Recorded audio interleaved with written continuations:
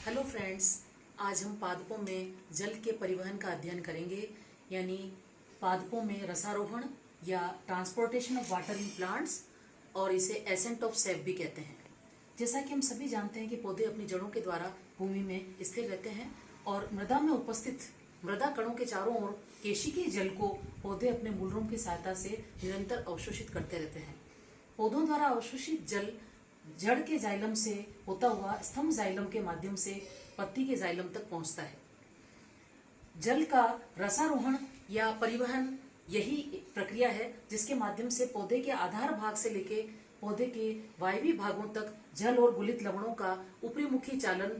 जो कि गुरुत्वाकर्षण बल की विपरीत दिशा में होता है, इसे हम रसारोहण या जल का परिवहन कहते हैं। जल के साथ गुलित लवण भी पौधे के शीर्ष भाग तक पहुंच जाते हैं। इस प्रक्रिया का संचालन मुख्य रूप से 3 प्रकार के भौतिक कारकों द्वारा होता है और यह जानकारी 2 वैज्ञानिकों डिक्सन और जॉली द्वारा दी गई थी, जिन्होंने अपना सिद्धांत प्रतिपादित किया, वाष्पोत्सर्जन संसर्जन तनाववाद का सिद्धांत, या डिक्सन और जॉली का सलांगवाद भी इसे कहा जाता है।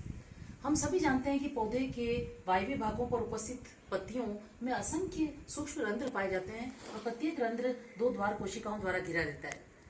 ये रंध्र सूर्य के प्रकाश की उपस्थिति में जल को वाष्पीय रूप में निरंतर उत्सर्जित करते रहते हैं, यानी वाष्पोत्सर्जन की प्रक्रिया यहाँ होती रहती है। जल के वाष्पीय रूप में निकलने के कारण रंध्र की द्वार कोशिकाओं में जल की कमी हो जाती है और ये द्वार कोशिकाएं जल को अपने निकट स्थित पर्ण मध्योतक कोशिकाओं से खींचने लगती हैं, यानी जल का एक तनाव यहाँ पर उत्पन्न हो जाता है और ये धीरे धीरे जल को खींचने का ये तनाव पर्ण के जाइलम से होता हुआ स्तंभ के जाइलम के माध्यम से मूल के जाइलम तक पहुंचता है, यानी जाइलम की वाहिकाएं और वाहिनिकाओं में यह एक प्रकार का जल को खींचने का तनाव उत्पन्न हो जाता है। हम सभी जानते हैं कि जल के अणु परस्पर संसर्जक बल द्वारा आपस में जुड़े रहते हैं और इस तनाव के कारण जल पौधे के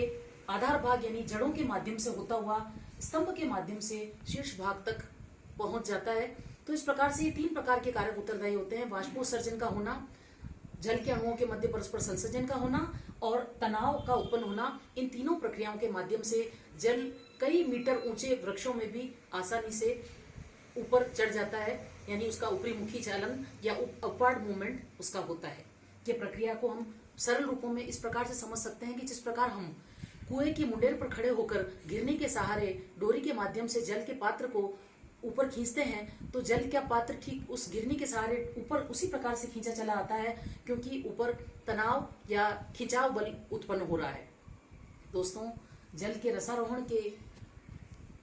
बारे में मेरे द्वारा दी गई ये जानकारी निश्चित रूप से आपके लिए कारगर सिद्ध होगी, ऐसा मेरा मानना है। धन्यवाद।